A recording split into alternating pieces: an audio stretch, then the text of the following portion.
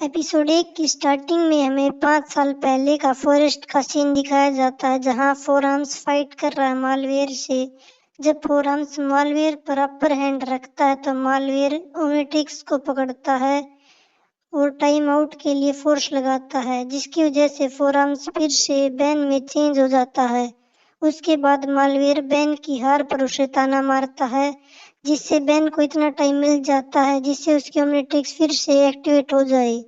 Ban feedback में transfer हो जाता है और अपनी एनर्जी अब्जॉर्बिंग पावर यूज करके जल्दी से मालवेयर को हरा देता है। फिर फीडबैक जंपिंग करते हुए सेलिब्रेट करता है, तभी ओमनिट्रिक्स का टाइम आउट हो जाता है। बैन ग्राउंड पर गिर जाता है। फिर प्रेजेंट की स्टोरी दिखाई जाती है। अब बैन 16 साल का है। बैन, ग्वेन और केविन तीनों जोम्बोजो का पीछा कर रहे हैं, जो बेलवुड बैंक से ब्रेन चोरी करके भाग रहा है। बैन रोडेस्टर में ट्रांसफर होकर अपनी मैग्नेटिक पावर का यूज कर स्टील केविन को जोम्बोजो पर फेंकता है, फिर मैग्नेटिक पावर से ब्रेन बॉक्स को अपने पास खींचता है। जब जोम्बोजो को बांध दिया जाता है, ग्वेन और केविन कहते हैं कि वे बेलवुड छोड़कर जा रहे हैं।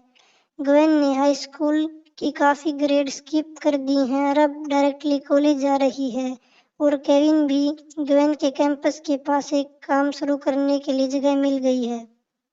फिर बैन केविन और ग्वेन को इमोशनल गुड बाय कहता है। केविन और ग्वेन के जाने के बाद जोम्बोजो बैन को कहता कि तुम मुझे बिना तुम्हारे फ्रेंड्स की हेल्प के नहीं पकड़ पाते। बैन कहता है, मैं सुपर हीरो हूँ, मुझे किसी की हेल्प नहीं चाहिए। बैन वहां से चला जाता है और कुछ खाने के लिए ड्राइविंग करते हुए बैन को मिस्टर स्मूदी दिखाई देती है, पर बैन वहां पर नहीं रुकता और ग्रैंडपा मैक्स प्लम्बिंग स्टोर पर चला जाता है। स्टोर के बाथरूम से सीक्रेट रास्ते से बैन प्लम्बर बेस में पहुंच जाता है। बैन ग्रैंडपा बैक से मिलता है, जो उसे कुछ इम्पोर्टेंट इन्फॉर्मेशन देना चाहते थे, पर उससे पहले ही अलार्म बज जाता है। बैन प्रॉब्लम सोल्व करने के लिए चला जाता है। जब बैन प्रॉब्लम वाली लोकेशन पर पहुंचता है तो वह देखकर हैरान हो जाता है कि बिल्डिंग डिस्ट्रॉय हो गई है और एक बड़ा सा होल बन गया है। फिर दिखाया जाता है कि शैडो से एक विलन बैन को देख रहा है। इसका नाम खैबर है, जिसने नेमिट्रिक्स को अपने पेट से अटैच कर दिया है।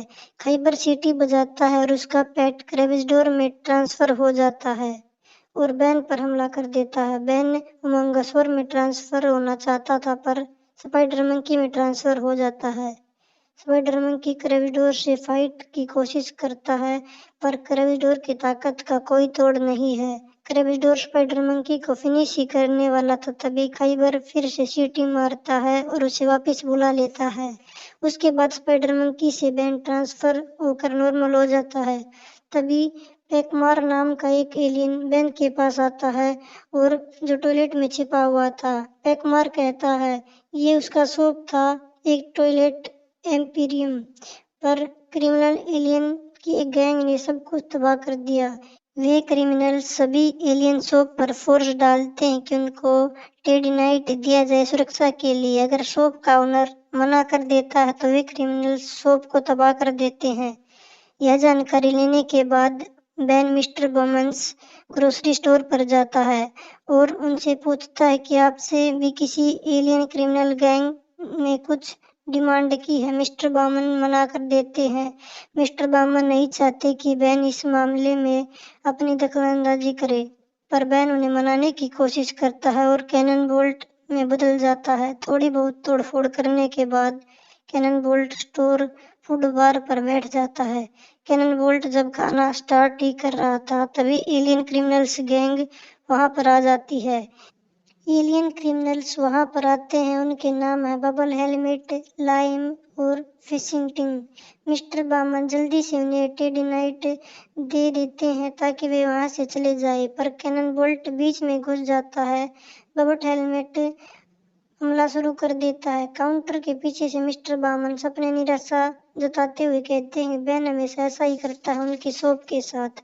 जब दूसरे कस्टमर स्टोर से बाहर भाग रहे थे तो एक एलियन कैननबोल्ट के पास बैठा था। वह शांति से खाना खा रहा था। बबल हेलमेट बम को एक्टिवेट कर देता है और अपने एलियन पार्टनर्स को भागने का इशारा करता है।